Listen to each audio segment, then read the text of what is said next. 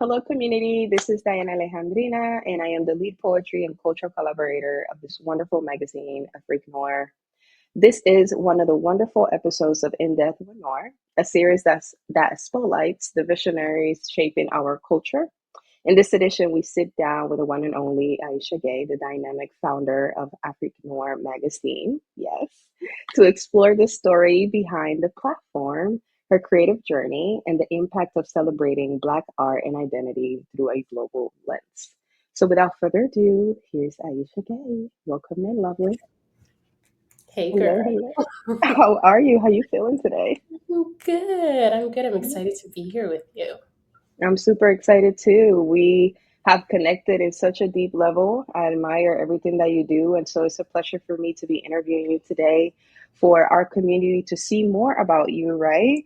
Um, Learn the deeper meaning of this magazine, why you started it, where you come from, and to see you, right? So thank you so much for taking the time to do this. And yeah, let me give you some questions. Are you ready? Because we're trying to know the Ready? tea. We want to get to know you, I'm okay? ready. I'm so Yeah, so ready. let's do Let's do this. it.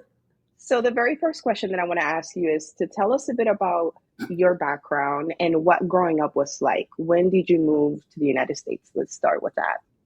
Yeah, that's a great question. So I was raised in the Gambia, a very small country on the coast of West Africa.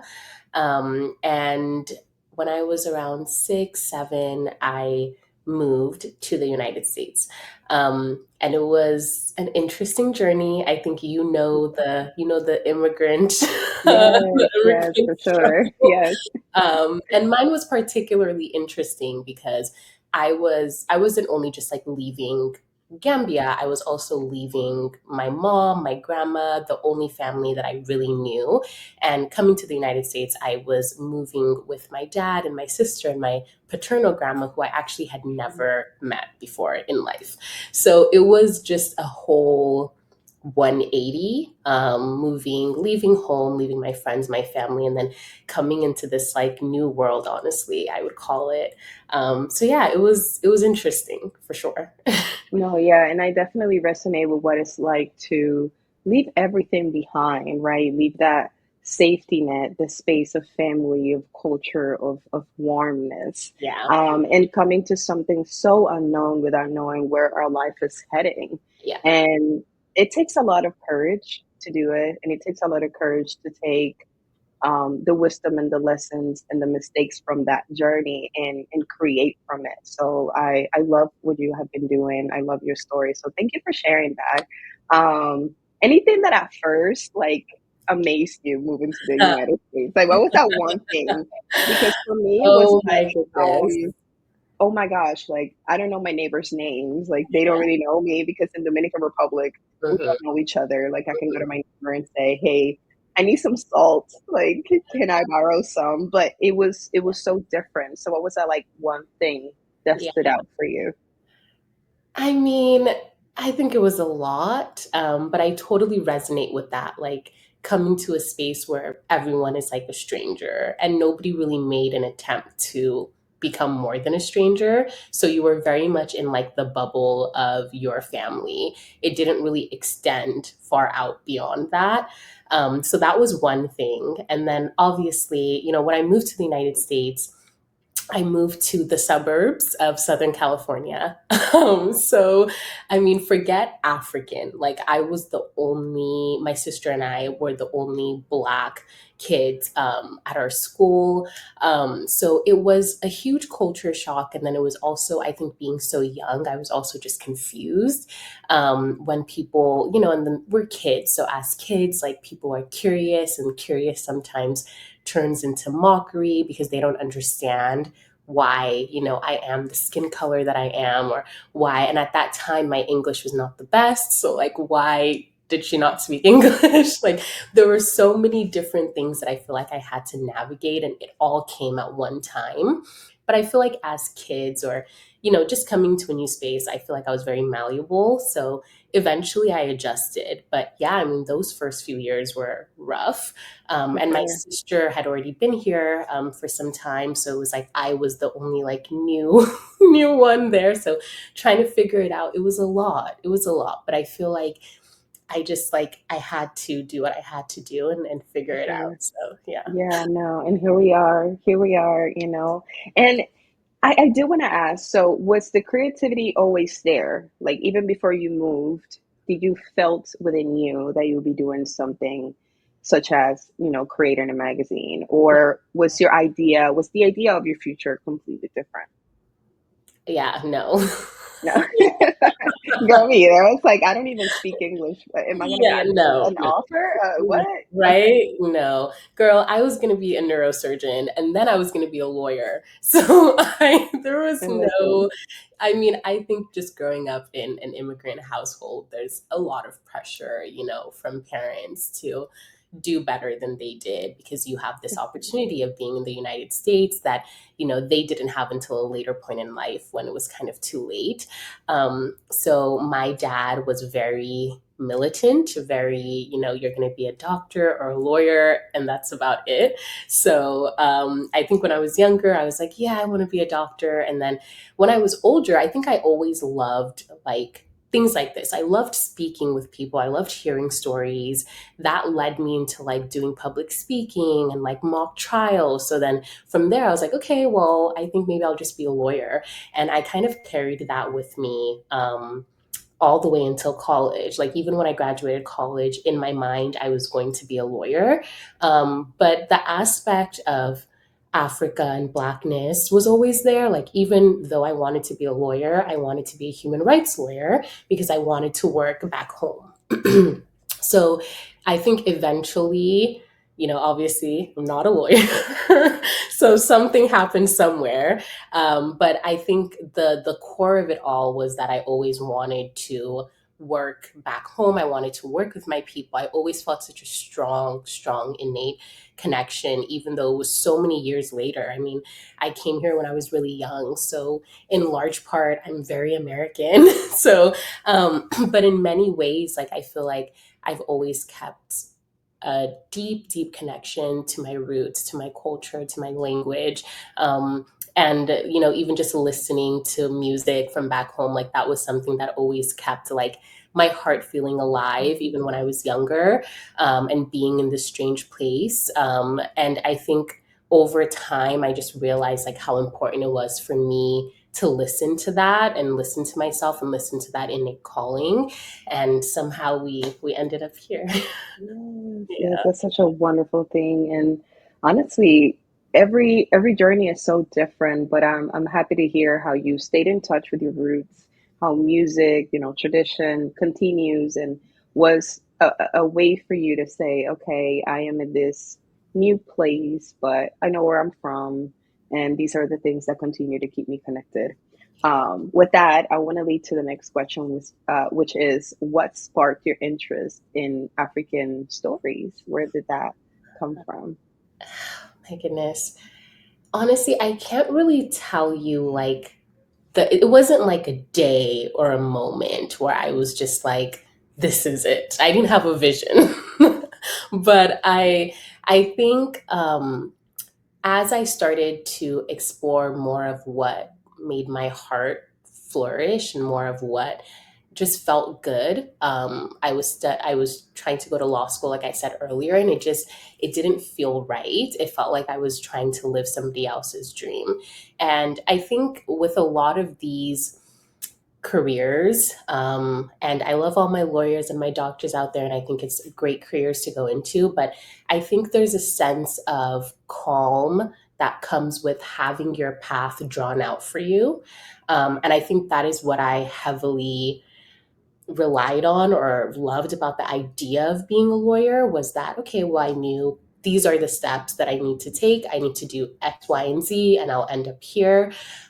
So when I realized that that's not what I wanted to do, I kind of fell into this abyss of like not knowing, right? Like I had a quarter life crisis. I was like, what am I going to do? Um, And during that time, like, I think I just really heavily relied on things that made me happy, like, music and reading. And then I was exploring lots of different like creatives and like how people who went against like, these norms, like what were they doing? And it always led back to Africa. Like I was always so interested to see like what, creatives existed on the continent. And I also feel like growing up in the West, and knowing what I know about Africa and knowing what I know about where I grew up and only having fond memories of my childhood, and then coming to the United States, and there's this ideology, or there's this belief that Africa is this, it's this place that nobody would want to go to. It's only filled with poverty. And they had these commercials that they would show all the time. And people would just like ask me about Africa or like say things that I'm like, that's not true in its entirety, right? Anywhere you go in the world, you are going to find poverty and you're going to find, people that are suffering. But you also find so much joy and beauty and creativity. And I feel like that is what, when I got to that point of like realizing this stark difference and this stark like misunderstanding, I was like, okay, like I think maybe that's what I should be doing. Maybe, and it didn't start off as a magazine. I didn't think I'm going to start a magazine. I was just like, I want to create a platform where people can view Africa differently.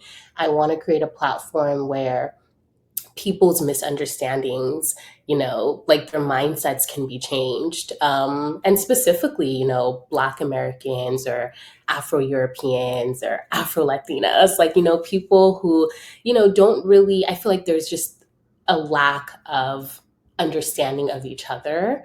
And, and so many things, played into that we have no control over now. We are where we are. But I think I wanted to kind of fill that gap a little bit and be in a space where I would like Africa was celebrated and not just seen as this devastating place. So yeah. No, that was powerful. And actually, you answered the next question, which was why and when did you decide to build a magazine and dedicated to Africa? I don't know if you want to add more to that, but I feel like Uh, you definitely touched on some wonderful points. mhm. Especially, I think what comes to my mind is, as you started creating this magazine, has your vision changed? Has there been any challenges that now you celebrate, or have you rediscovered yourself through founding this magazine? Yeah. I will say one thing that I speak a lot about because I think it's important for me to own it as well is I also had misconceptions. I also had like things that I had to unlearn because I grew up in the United States. And I feel like I always thought, well, no, like I know, like I'm pro Africa and I didn't fall into any of these systems that were put in place to make us feel like the West is so much better. But then as I started doing this work, I think I was able to realize like, oh no, like actually, yeah, some of these I do have, some of these um, mindsets because I did grow up here. And whether it's like subconsciously or consciously, belief systems are, ingrained into children. And I think the West is great at doing that. So I think it was a little bit naive of me to feel like I didn't fall into, that space. But as I started doing this work and as I started, working with my team, I realized, okay, actually, yeah, there are things that I also need to unlearn. So it was a learning experience and it still is a learning experience for me, but it's something that I feel like is worth fighting for, even if it's just one person that, looks at our page and like sees the beauty of Africa and it's like, okay, I didn't know that or I didn't know this, So yeah. Yes, that is so true. That is so true. And I do, as creatives, as entrepreneurs, we face so many questions and so many doubts. So I believe that the journey of creation is a journey of courage and rebellion and rediscovery. because we continue to ask ourselves why. Why do we continue to push forward with this vision?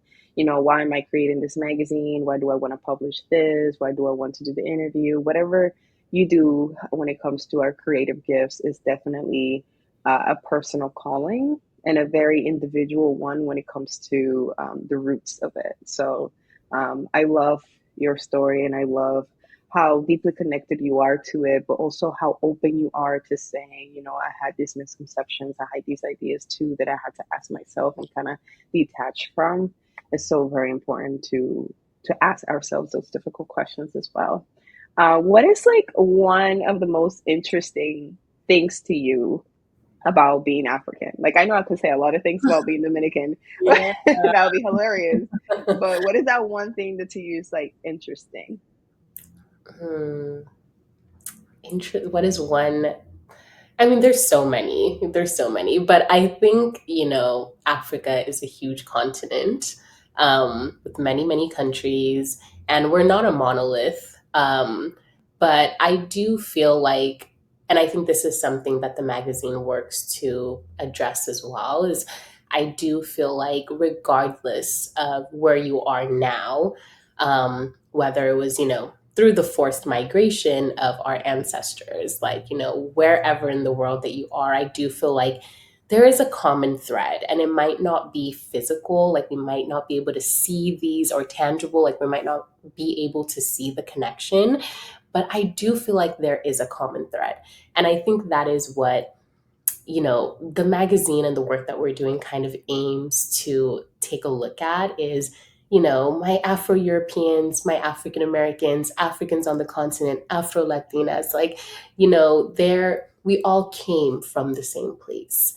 So even though it's many, many generations removed and cultures have changed and, geography has changed, like, how do we in some way find that thread, find that common thread? Because I know it's there and I feel it. And I feel like so many people feel it as well.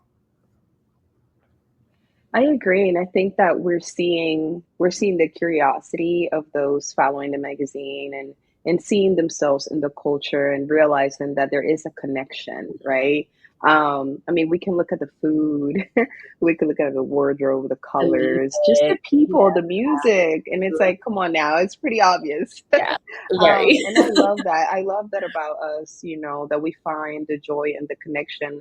And for those who find it difficult, what the magazine does is just simplify it for for them to see the joy and the love, right, and the history and the culture, and not this division. So you do a wonderful job at highlighting what others are doing in the continent, and just to speak about it more so people understand it. So thank you for doing that. Thank Now I have a question about the team. I know I'm part of the team, but listen, we gotta know, you. how does it feel working with, managing a team that is across different continents? How Mhm. has that been for you? And I want you to tell me like a fun fact about the team, or what is something that you love about your team? Like, just I tell love us a my little bit. team. I love my team. Yeah, no, I love my team. Like, yeah, I love them. So I was very intentional from the very beginning. First and foremost, I knew that when I was going into this endeavor, I knew that I could not do it alone. And I think sometimes people go into entrepreneurship and it seems like a very solo, lonely, path. And I do think there's space to acknowledge that sometimes people just need to do things by themselves. But I feel like something that I has always been a part of me is that I'm not afraid to like say, you know what? I cannot do this alone. I need help. So from the beginning, I knew that I needed a team. So actually, even when I started out, I was like, I don't know anything about social media management. I don't know anything about graphic design. I don't know how to build a website. And I knew that I needed a team. And then on top of that, I also knew that because I didn't live in Africa and because I hadn't lived there for such a long time, it would kind of be disingenuous of me to start this platform and start this space without bringing in voices of people who are actively living in the continent and who have lived there their entire lives. So that played a part in it, and then also the fact that I just knew that I could not do this by myself. And, I didn't really actively go out looking for my team. In many ways, I feel like the universe just brought us together. I mean, even you and me, like, I feel like the universe just brought us together. And it's been great. Everyone that's a part of my team now, like, we met through interactions, and, they're like, hey, I really like this. Or I'm like, hey, like, you're really great. Like, and as we grow, I feel like that's something that we're maintaining is, we don't really do a all call for, applicants for submissions for the core team. It's mainly like people that we interact with, and, if it vibes, it vibes, and then we're able to pull them into the fold. So yeah, Yes. I love you guys. Like, yes, the vibe checks. Yeah, you can be part of the team. No, honestly, and I vividly remember that I reached out to you and I was like, like I love the magazine. And I was just honestly hoping to collaborate with you once. And then you hit me with that, hey It's been girl, do you forever. want to be part of the actual team? I said, Yeah. what? No, I'm obsessed And with you. I was like, I have to keep you here because you're so great. I love it sincerely. I love the way that the team has made space for me, but also has made space for even interns, right? How we communicate, how loving and like active everybody is in getting to know what's going on and supportive. You have done a great job with the culture of this magazine. I hope you know that everybody feels very proud of it, and everybody's always just so ready to be like, okay, what do we need to do better? How is this going? Are we being perceived in the way that we want to, and what needs to change? Because there is an intentionality behind everything that happens and unfolds behind the scenes of what people see on Yeah. social media. So I just want them to know that there's so much love and intention when we create and when we present something to the public. So thank you, for being a wonderful founder. So with that, let's get to this exciting conversation of the upcoming issue. So I want to talk about this wonderful first issue. So when did that idea for the project come to you? Yeah. So the idea to start a magazine actually came by way of my best friend's father. Very random, very, very random. But we were having a conversation, and he told me about these two Africans who had started a magazine a while back. And I looked into them, and I was like, "Well, like this is so cool." And I also felt like in the time that we are existing in, there's so much information overload. Like, you go on social media, you go outside, like there's just so much information overload, and there's not really a curation of information in the way that it used to be, right? Like, I feel like you just see things here and there, and there's not really, like, no one is really sitting down to curate pieces of work in the way that even you do, with your poetry and your writing. Like, so I was like, okay, so there's obviously this gap. I didn't want to just be on social media posting all the time. Like, that wasn't the end goal. We use social media as a way to connect, and it's great. But I knew that ultimately we wanted to create a piece of work that embodied what we stand for as a magazine, and also gives these creatives a chance to be part of something that was curated and made especially for them. So that was where, the project came from. So from the beginning, I did know that we would eventually release a magazine issue. Did I know that it was going to take 2 years? No. I did not. It's usually like that. No, listen, I talk to a lot of emerging writers and I'm like, look, just prepare because you think you're gonna publish the book in 2 months. That baby's gonna take a year, maybe longer. And Yeah.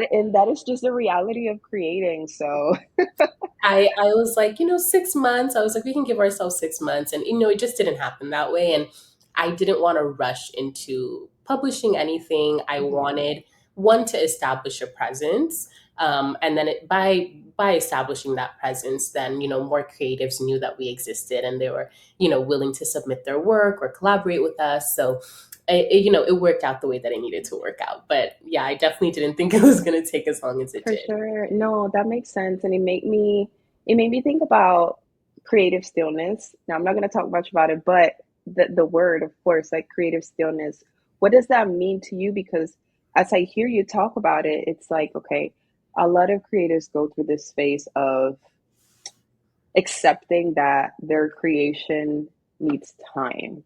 Yeah. And was there a lesson you learned within that creative stillness, like that acceptance of this is not happening right now? What were you saying to yourself through that time of Yeah. creation? Such a magnificent question. Um, I mean, in the beginning, I think as creatives and just entrepreneurs, I feel like we have something to prove. And, I made this drastic decision to not go to law school and instead pursue something that I fully didn't and still don't know what it's going to be. And I think to a lot of people, that's scary. And what happens when people are scared for you? They're gonna be like, "Girl, are you sure? Like, are you sure you don't want to, go to law school? You already took the LSAT. Like, are you, there's a lot of like pressure." And I think then in return, what happens is that you feel like you have something to prove. So I'm like, well, no, I have this idea. We're gonna have a magazine. It's coming out soon, So I felt like I had something to prove. And I think, life has a funny way of working out because I felt like I wanted to release it right away. As soon as I started, I was trying to like, collaborate and do all of these things to publish something so people knew that I was doing something, something that mattered. Um, and, it didn't work out that way. And I think I just had to sit with myself and recognize that I didn't have to prove anything to anybody. And my vision is my vision. And a lot of people won't get it, and I think that's what happens with creatives or entrepreneurs. Like people don't get your vision 100%. There are some people that do, I feel like you and I talk about this a lot. I have a good friend of mine who's also an entrepreneur, and we talk about these things. So having people who are either like in the same path as you that will get it, that's great. Um, Okay. but trying to prove things to people who don't get it is just like it's not going to work out. You're not ever, Hmm. and people until they see whatever they feel like they want to see, that will show them that, oh, okay, now I get it. But I just felt like it taught me that I didn't have anything to prove to anybody. And it was such a relief because I felt like this burden had been lifted from my shoulders. Like I didn't have to prove anything to anybody other than myself. So I think that's what it taught me. Like the time that it took to start to get to here, in the interim, I learned that my timing is always going to be my timing, and I don't have to rush into anything to prove that my decisions are valid or me pursuing my passion is valid. So yeah. Amen. Amen to that, right? Sitting with that stillness, sitting with like, this is my own creation. I also don't want the noise or the validation right now because I'm trying to understand what it means to me. And whenever we create from a place of proving people wrong or rushing, um, oftentimes that's just being influenced by other people. We don't even know what we're doing it at that point. We just want to prove X, Y, and Z to this individual who said we couldn't or that it will be a waste of time. So following our dreams, our creative dreams is it's not easy, but the faith that we have in what we do and in what you do is incredible. So thank you for sharing the wisdom, of what it means to sit within that creative stillness. Now, is there something that you most excited about when it comes to this issue? Uh,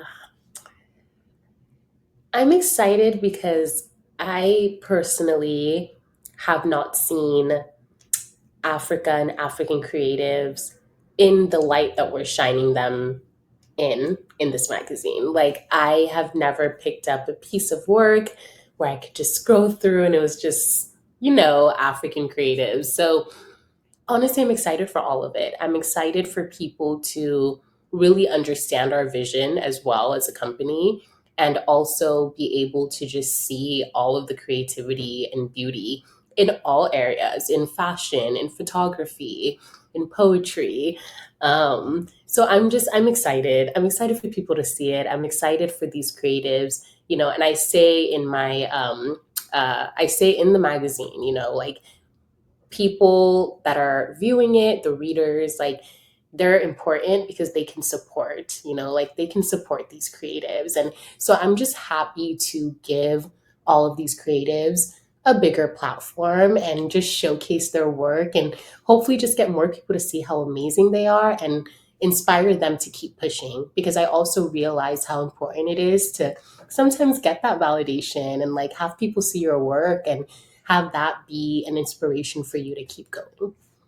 I Yeah. know. And as I was looking through it, I'm just like obsessed. It's so beautiful. Sincerely, you guys are going to absolutely love this collection. Like, whenever we have the table book version, I have to order like 15 of them and give them around because this is magical.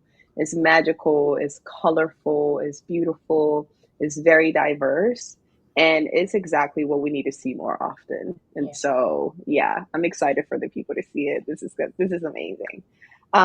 What is the impact when you start to think about this issue and people actually seeing it and reading it, Mm. right? Because at that point, it's out of your hands. The Yeah. creation is out in the world, Yeah. okay? So, what is the impact that you think this issue is going to have on African history or even on those who are not African and are just curious? Ooh, that's a great question. I just really hope that, whether it's people in Africa, people in the diaspora, or even non Black people who are reading this magazine, my hope is that people walk away from it getting a better and more deeper understanding of who we are. Um, and I just want to go against misconceptions. I think, and now, nowadays there's so much creativity coming out of the continent that it's hard for people to deny it. But there's always misconceptions. There's always people who don't really know who we are as Africans and all the beauty and creativity and artistry that is going on in Africa. And I think sometimes even within Africa, they don't understand how amazing the things that they're doing are, because sometimes it's just normal. It's like, yeah, I created this outfit this way, but it's like we don't see that over here. Nobody takes the time to really create such really meaningful pieces of work in the way that a lot of African creatives do, whether that's through photography, whether that's through fashion. Um, so I really just want whoever is reading the magazine or whoever is looking at the magazine to walk away and be like, whoa, like I didn't know that. Like this was so great. I want them to follow the creatives that resonate with them. I want them to share the work.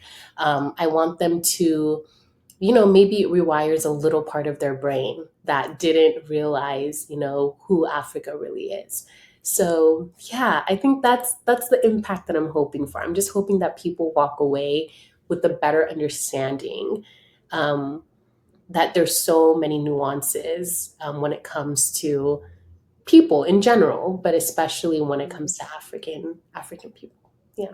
Yeah, Yeah. yeah, I love that. Thank you. Thank you for sharing that vision, right, of what in your heart you truly want this impact to be. And I know it will be, and I know it's going to reach those who need it the most. And from there, it's just going to spread, you know. Yeah.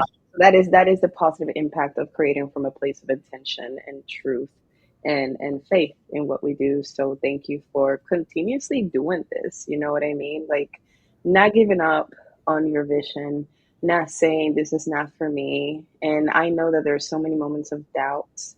There's so many moments of challenges where we're like, I don't know how I'm going to continue forward. But your dedication to the magazine, your dedication to the community, your dedication to your team shows through this issue. And so that's why I'm so excited for people to be able to experience it. Um, any other projects in the making? How do you feel about when this one is out? Like, what is the first thing you're gonna do when you're like, okay, this is out? Is there something um, else that you're working on or that we need to know? Yeah, well, I'm gonna take a nap. I'm gonna take a very long nap after this issue is released. Um, And I just, I want to rest. I want my team to rest. Like, we've been working so hard on this for a very long time and juggling other projects. But yeah, there is an exciting announcement coming soon that we've been working on and we're very excited about. And like I said, when I started this journey, I did not have an end goal in mind. I didn't know what Afrique Noire would become, but I just knew that it would become something great. And we are excited to like go into the next phase of who we are as a company. So stay tuned. Yeah, I can't give it all away yet, but No, stay that's okay. tuned. You gotta keep us on our toes. You gotta keep us wondering what is gonna happen. I'm really excited to know as well, and really proud of you, sincerely, for what you're doing. I wanna leave the community with asking you this question: what is something that you wish for somebody who is looking at what you're creating with Afrique Noir and wants to create something like that, or just wants to trust in their expression and that fire in their heart to create something different other than what we see? Because you stated something that's very powerful.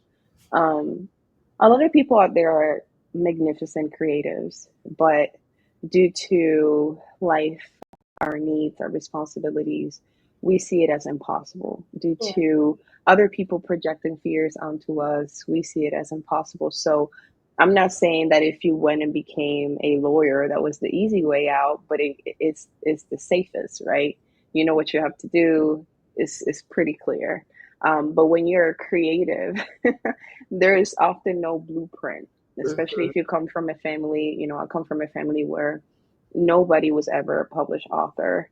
Yeah. Nobody ever did what I'm doing right now. And I've sat with the grief of that, of I am the one creating the blueprint. I am the one trying to figure it out all by myself. And although we're not by ourselves, because we find amazing people along the way that help us and believe in us, it's still pretty challenging. So, what is that advice that you leave us with as the founder of this wonderful magazine? Yeah. Yeah, I mean, you're so right. We are the ones creating the blueprint in so many ways. But I think for me, I always think about, my kids, my kids' kids, my kids' kids' kids.